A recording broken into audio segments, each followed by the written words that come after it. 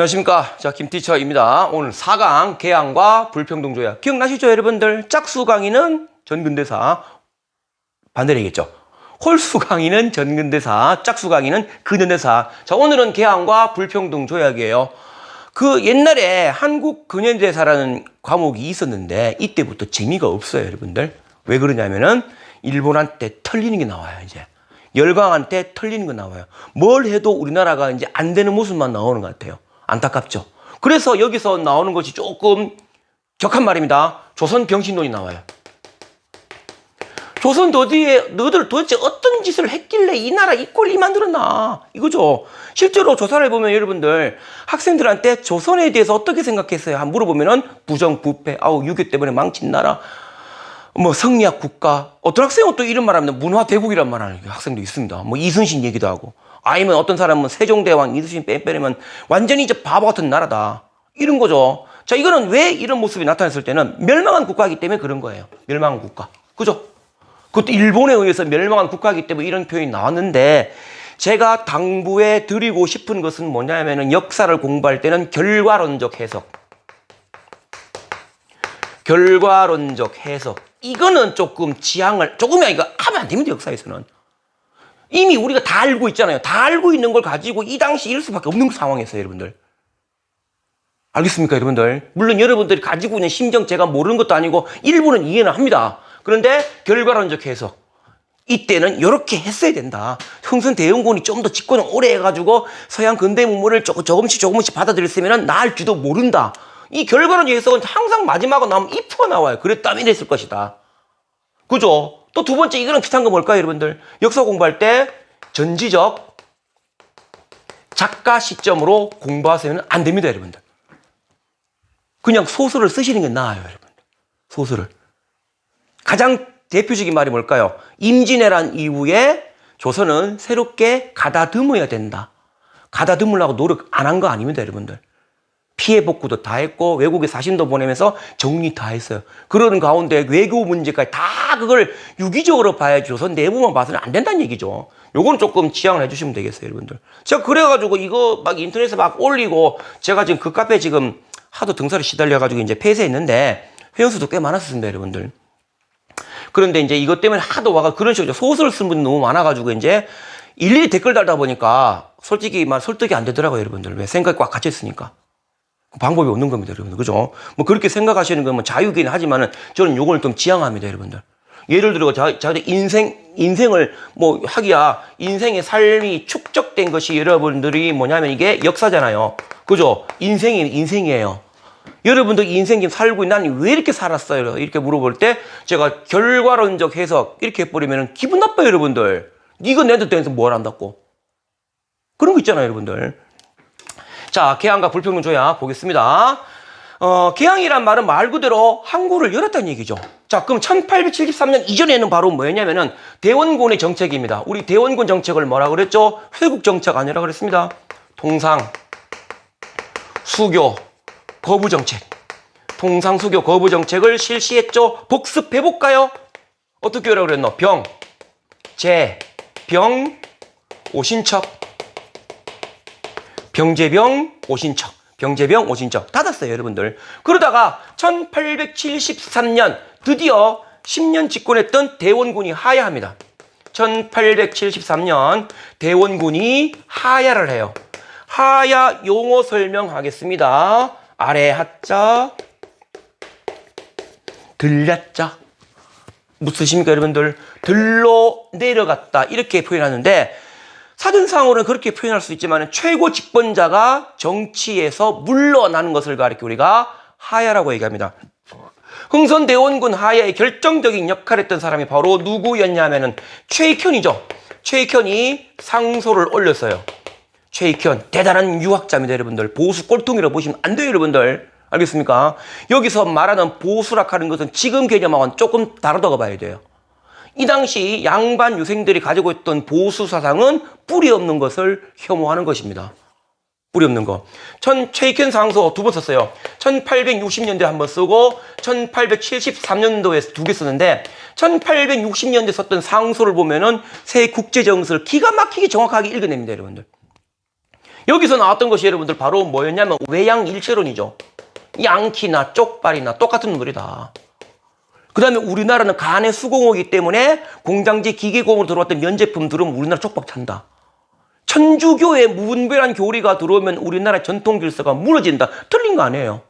여러분들 그렇게 되는 겁니다. 그래서 최견이 상소를 올리고 대원군 하야의 결정적인 역할을 했죠. 그 물론 최견도 이제 뭐냐면은 능멸죄로 이제 결국은 귀향을 가게 됩니다. 다시 복귀는 됐지만요. 대단한 분입니다, 여러분들.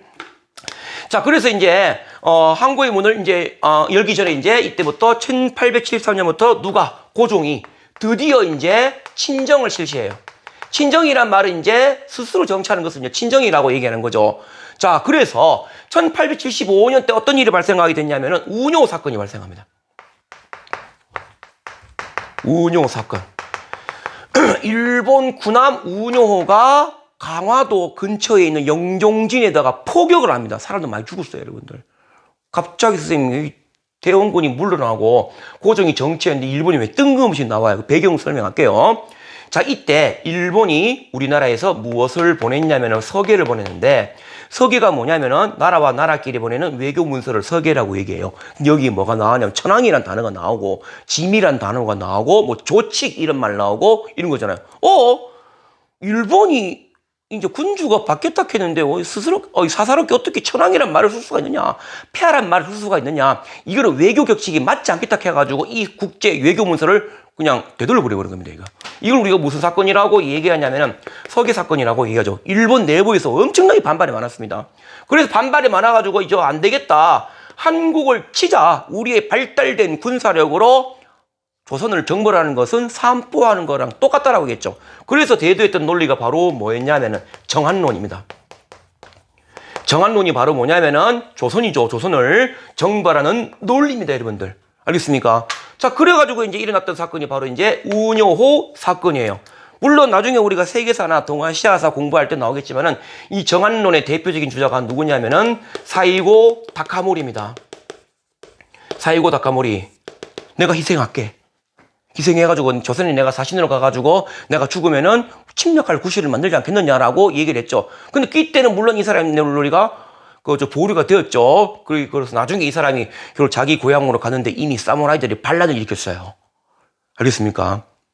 그를 배경으로 만든 영화가 뭐예요, 여러분들? 라스트 사무라이죠. 좀 별로 좋아하지 않는 영화예요. 일본이 좀 이상한 사무라이 문화를 굉장히 미화한 문화예요. 물론 거기 톰 크루즈가 이렇게 됩니까? 조금 감화돼가지고, 동화돼가지고 눈물 흘리는 장면이 나오는데 별로 마음에 드는 영화는 아닙니다. 물론 액션씬만 마음에 들어요. 나머지는 좀 너무나 미화가 된 겁니다.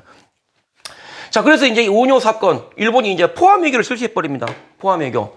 한포외교라고도 얘기하고 다른 말로 포함외교라고 얘기를 하게 되는데, 이게 뭐냐면은 이거죠. 대포를 빠바바바방 쏘면서 맞고 열래 그냥 열래 이거예요. 알겠습니까? 일단 딸렸죠, 여러분들. 그런데 문제가 뭐냐면은 대원군 여러분들 거기 뭐냐면 신미양요 같은 경우, 그다음에 우뇨 사건 같은 경우 신미양요 때 왔던 미국의 군함이 콜로라도호라고 얘기하는데, 요때 미국이 거느렸던 배수량과 우뇨 사건 때 거느렸던 배수량은 우뇨 사건이 훨씬 더 적어요. 근데 이때 우리가 결국 졌습니다. 물론 다 진 거지만 하지만은.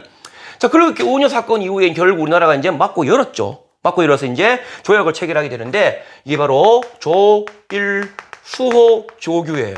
선생님, 강화도 조약 아닙니까? 맞아요. 같은 말입니다. 이 조일 수호 조규를 어디에서 체결했기 때문에, 강화도에서 체결했기 때문에 이것을 강화도 조약이라고 얘기하게 됩니다.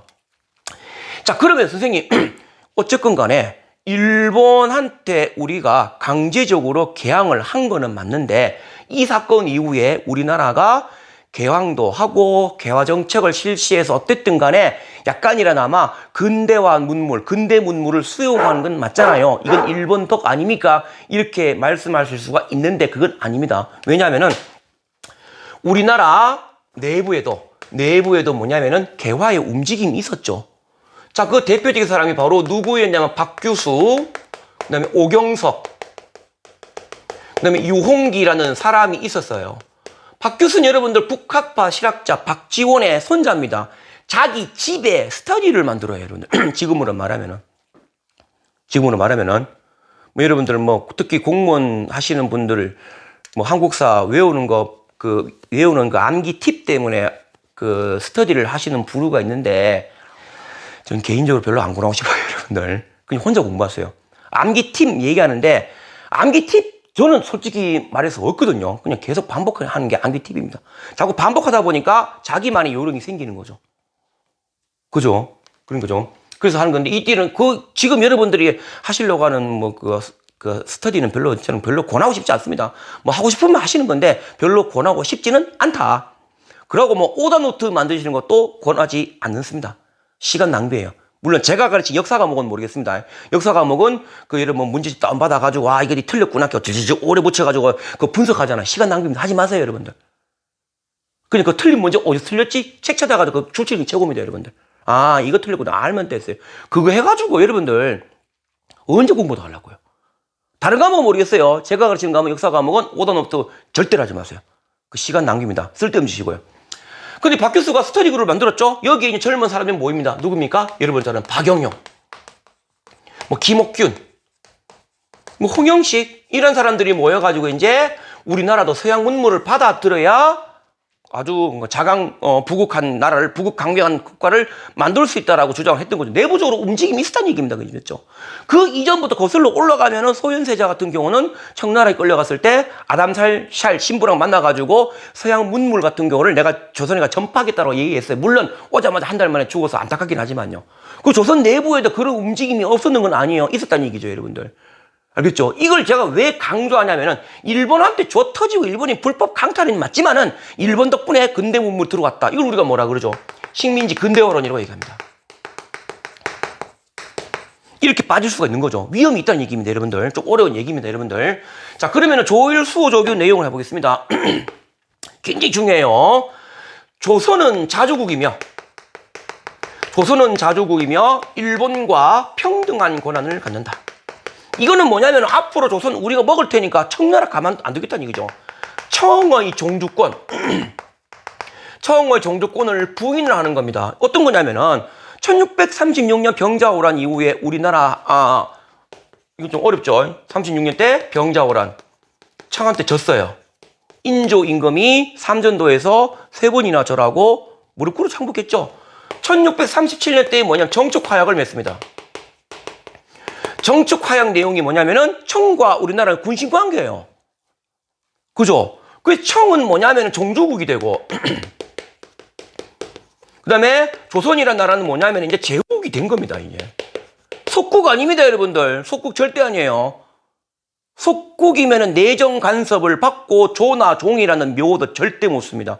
뻑하면 우리나라 역사를 까지 못해 안달난 사람들 자꾸 속국이라고 얘기하는데 속국된 적 없습니다, 우리나라. 물론 원나라 때문에 조금 생각해 볼 필요는 있겠지만은, 그죠?